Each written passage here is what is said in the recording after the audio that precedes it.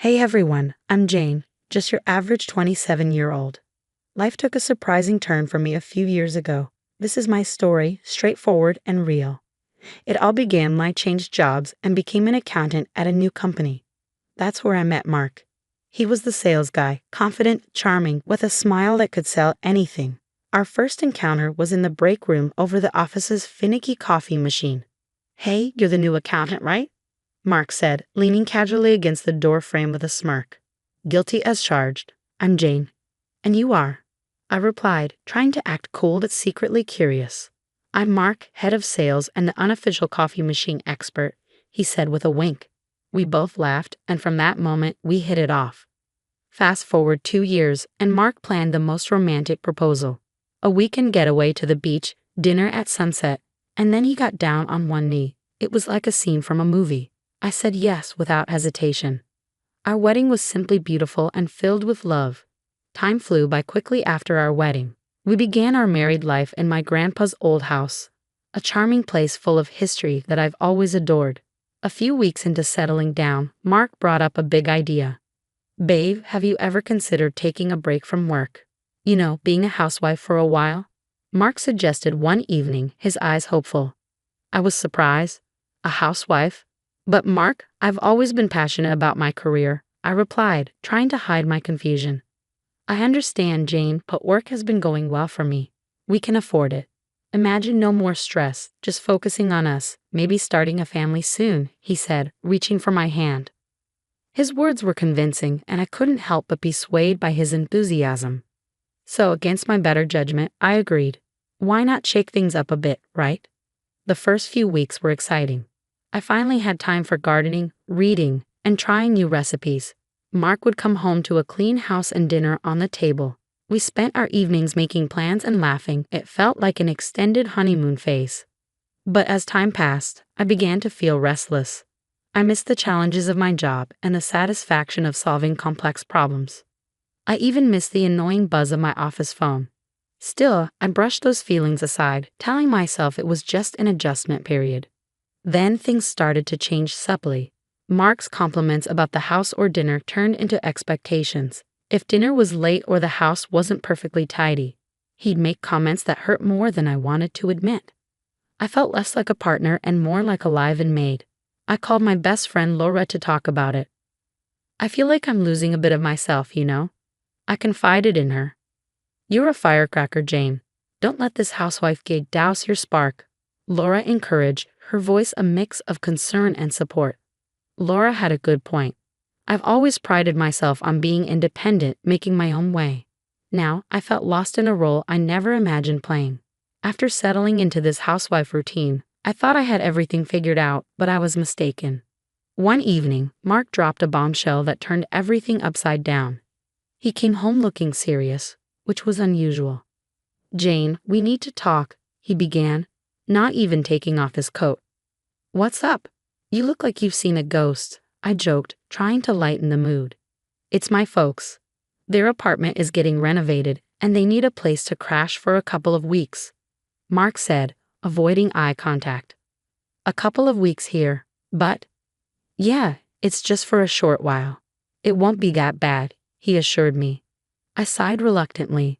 "Okay, but they need to respect our space, Mark." "Of course they will. Thanks, babe. You're the best." Fast forward a few days and Mark's parents, Bob and Linda, arrived. It was chaos. Bags, boxes, even furniture. They brought everything but the kitchen sink. "Jane dear, make room. We've got a lot of stuff," Linda said, barging in with a box that seemed to contain her entire life. Bob followed, struggling with a huge armchair. "Hope you don't mind us bringing some comforts from home," he grunted as he squeezed it through the door. Our cozy home turned into a storage unit overnight. Everywhere I looked, there were their belongings. It was overwhelming to say the least, but that was just the beginning. Bob and Linda wasted no time settling in. Bob took over the TV, flipping channels like he owned the place. Linda started rearranging my kitchen. "Linda, what are you doing?" I asked, trying to stay calm. "Oh, just organizing things a bit better, dear. You know how it is," she replied without even looking at me. I bit my tongue, reminding myself it was temporary, but inside, I was furious. This was my home, and they were treating it like their vacation house. Then came the dinner disaster. I made a healthy salad and grilled chicken, my usual fare, but Linda looked at her plate like I'd served her grass. "What's this rabbit food?" she scoffed, pushing the plate away. "Mom, come on." Jane worked hard on this. Mark tried to intervene. "It's fine, Mark. I can make something else," I said, though it was far from fine. No, let's order pizza. I need some real food," Bob chimed in, already reaching for his phone. That night, as I lay in bed, I couldn't shake the feeling of being an outsider in my own home. Mark snored beside me, unaware of the turmoil inside me. I was doing all the hosting, cooking, and cleaning, only to be treated like an unpaid maid in my own house. My in-laws, Bob and Linda, had turned my house into their personal playground. Linda started taking over the kitchen like she was running a military operation. One morning, as I made my usual avocado toast, she marched in and made a face. "What are you eating, bird food?" she snorted, rummaging through the fridge. "It's avocado toast, Linda." "It's healthy," I replied, trying to stay calm. "Healthy, Shumiov. You need some real food, girl." "Here, let me make you some eggs and bacon," she said, pushing me aside. I stood there fuming as she took over my breakfast. It was clear she didn't respect my choices or my space. Then there was Bob. He had turned our living room into his personal lounge. One evening, I wanted to watch my favorite show, but Bob was sprawled on the couch, watching some loud action movie. "Bob, do you mind if I watch my show? It's the season finale tonight," I asked, holding the remote. "No can do, Jane. I'm watching this." "Find something else to do," he replied without even looking my way. I couldn't believe it. Feeling like a stranger in my own living room, I stormed off. But the real kicker came a few days later. I found Linda rearranging my closet. "Linda, that's my personal stuff," I yelled, losing my temper. "Oh, relax, Jane. I'm just making some space for our things." "You've got too much junk here anyway," she said, tossing my clothes aside. That's when Mark walked in. "What's all the yelling about?" he asked. "Your mother is going through my things, that's what's wrong," I snapped. "Mom, maybe you should ask Jane before moving her stuff," Mark said, but his tone was half-hearted. Fine. I was just trying to help," Linda huffed, leaving the room. Mark turned to me. "Jane, can't you just let it go? They're just trying to fit in." "They're taking over, Mark. This is our home, not theirs," I said, my voice rising. Mark sighed. "Just bear with it a bit longer, okay?" I felt so alone in that moment. My home didn't feel like mine anymore, and it seemed like Mark was more on their side than mine. The situation in my house was already pretty tense, but what happened next really pushed me over the edge. One day, I noticed my bank card was missing. Panic mode kicked in. I tore the house apart looking for it, only to find it in the most unexpected place. Linda's purse. I confronted her immediately. "Linda, why do you have my bank card?" She just shrugged. "Oh, I needed to pick up a few things and didn't have cash on me. I didn't think it would be a big deal." "A big deal? You took my card without asking. That's stealing." I was fuming. Before I could say another word, Mark walked in. "What's all this shouting about?" he asked, looking at me then to his mother. "Your mom took my bank card and used it without my permission," I explained, holding up the card. He turned to Linda. "Mom, you should have asked first." Linda rolled her eyes. "I just needed a few groceries. It's not like I bought a diamond necklace." I couldn't believe my ears. "It's my money, Linda. You can't just take my things." That's when Mark dropped a bombshell. "Jane, let's not blow this out of proportion. You live off my money anyway. So what's the big deal if my mom uses it?" I was speechless. His words hit me like a slap in the face. "Your money. I can't believe you're saying this. It's our money, Mark, and our marriage." He just shrugged. "Whatever. It's not a big deal. She'll pay you back." I felt like I was in some bad dream. My husband was taking his mother's side over something so serious. A couple of weeks passed and the tension in the house became unbearable. I decided it was time to ask the big question. "So when are you two planning to move back to your apartment?" I asked Bob and Linda one evening at dinner. They just laughed. "Move back? Why would we do that?" Linda said, exchanging a look with Mark. "Yeah, we've decided to stay here. It's much nicer And Mark doesn't want to waste money on rent for us, Bob added.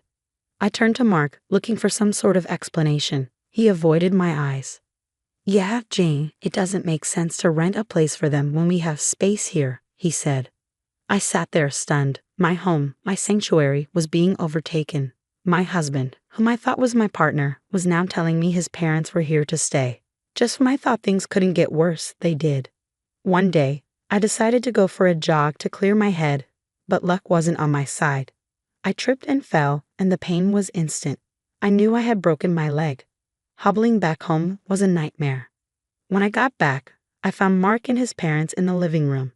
Mark, I think I broke my leg. I need to go to the hospital, I said, trying to keep the pain out of my voice. Mark looked up, annoyed. What now, Jane? Can't you see we're busy here? Linda chimed in. Oh, stop being dramatic. It's probably just a sprain. No, it really hurts. I need help, I insisted, feeling the room spin from the pain.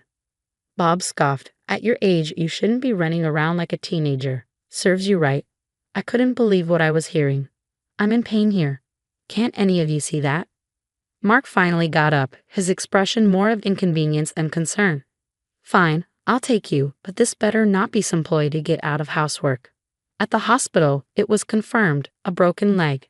The next few weeks were hell. I was stuck at home on crutches, unable to do much. You'd think my husband and his parents would help, right? Wrong. They acted as if nothing had changed. I was still expected to cook and clean. One day, I was trying to make lunch, balancing on my crutches. Linda walked in and saw me struggling.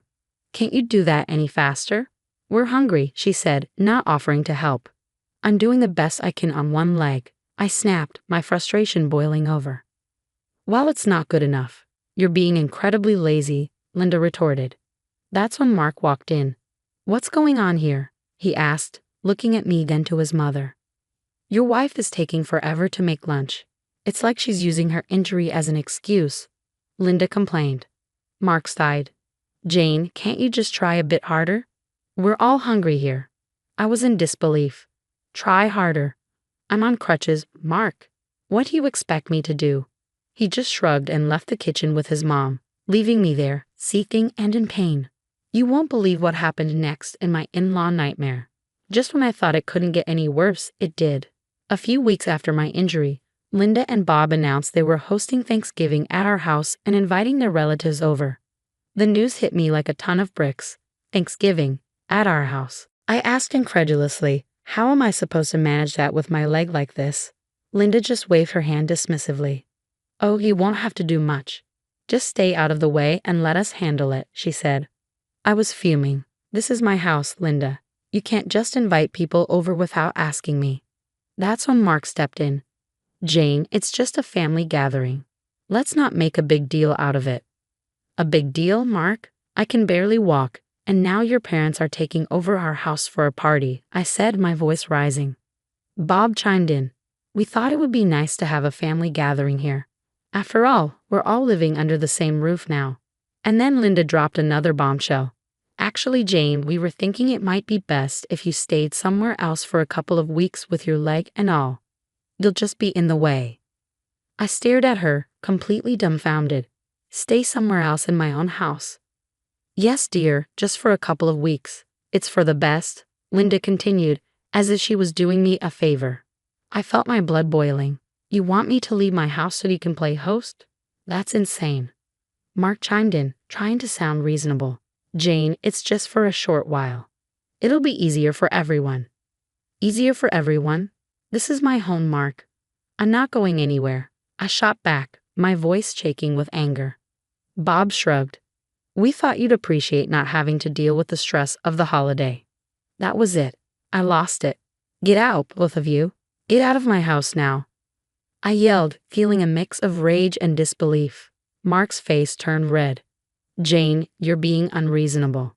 They're my parents. You can't just kick them out. Unreasonable? They're taking over my home, and you're letting them. I practically screamed. Mark's expression hardened. If you can't respect my parents, maybe we shouldn't be together. Is that what you want? A divorce? I glared at him, feeling a rush of adrenaline. Without a word, I went to my desk drawer and pulled out a set of papers I had prepared just in case things went south. "What's this?" Mark asked, his voice faltering as he took the papers from my hand. "Divorce papers. I've had them ready for a while now," I said, my voice steady. Mark looked at me, then at the papers, and back at me.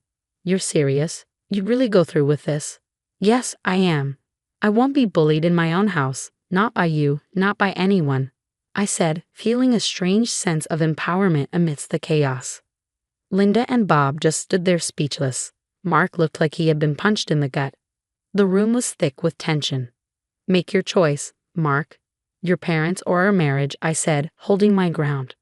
Mark laughed, a cold, hard sound that sent shivers down my spine. "Fine," he said, and to my shock, he signed the papers right there and then. "You'll regret this, Jane. You can't even support yourself without me," he said. I watched him, feeling a mix of relief and disbelief. "I'll manage," I said, though my voice was barely a whisper. He shrugged. "You're lost then." He and his parents gathered their things and left just like that. My marriage was over. The moment the door closed behind them, I felt a strange sense of peace.